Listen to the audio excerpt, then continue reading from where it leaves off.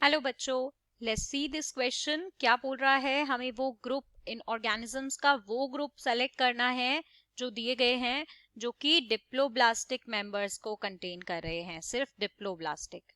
तो बेटा की कॉन्सेप्ट क्या है यहाँ पे? पहले तो हमें ये ही पता हो कि क्या होता है डिप्लोब्लास्टिक एंड ट्रिप्लोब्लास्टिक।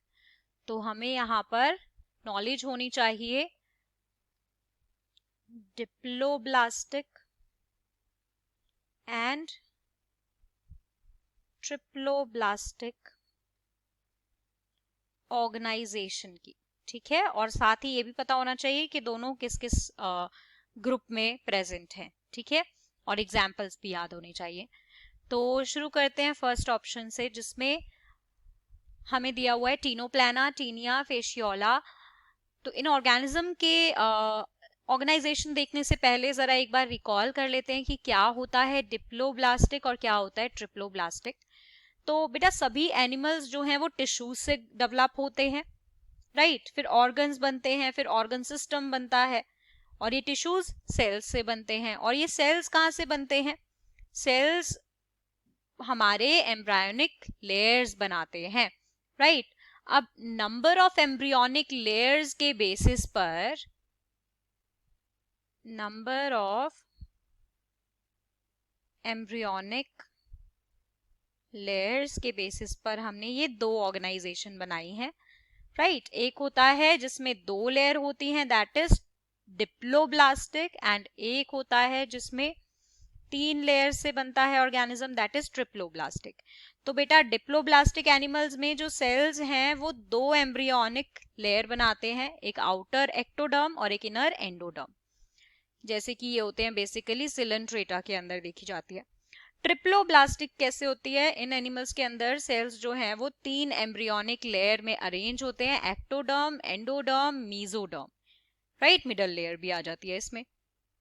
तो ये प्लेटीहेल्मिन्थस से लेकर कॉर्डेटा तक सभी डिप्लोब्लास्टिक होते हैं।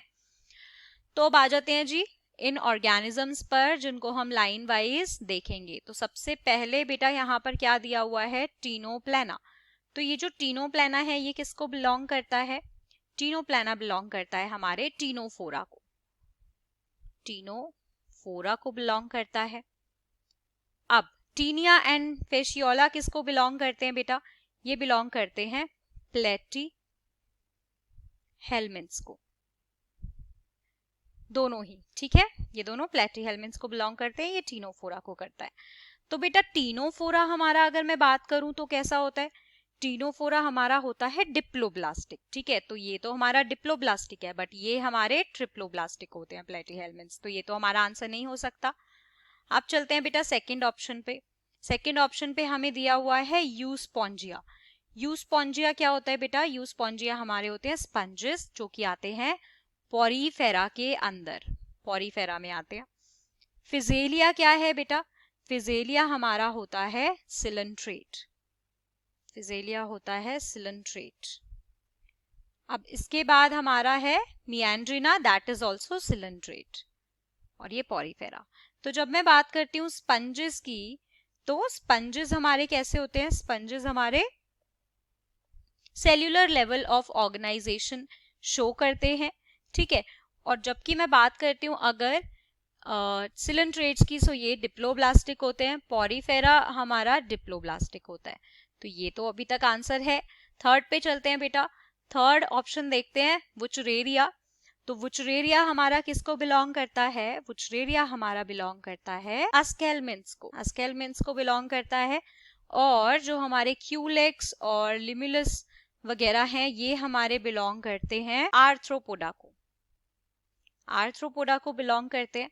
तो आर्थ्रोपोडा जो होता है हमारा, ये होता है ट्रिप्लोब्लास्टिक। और जो हमारे अस्केलमिन्थ्स होते हैं, अस्केलमिन्थ्स हमारे कैसे होते हैं? दे आर ऑल्सो ट्रिप्लोब्लास्टिक, तो ये भी नहीं हो सकता। अब हम चलते हैं आगे। यहाँ पर क्या दिया हुआ है? Aedes, Ascaris, Hydra. तो बेटा एडीज की जब मैं बात करती हूँ, that is belonging to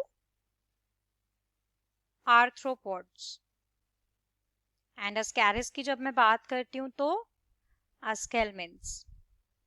and hydra हमारा क्या है? Hydra belongs to what? Cnidarians यानी कि सिलेंट्रेट्स।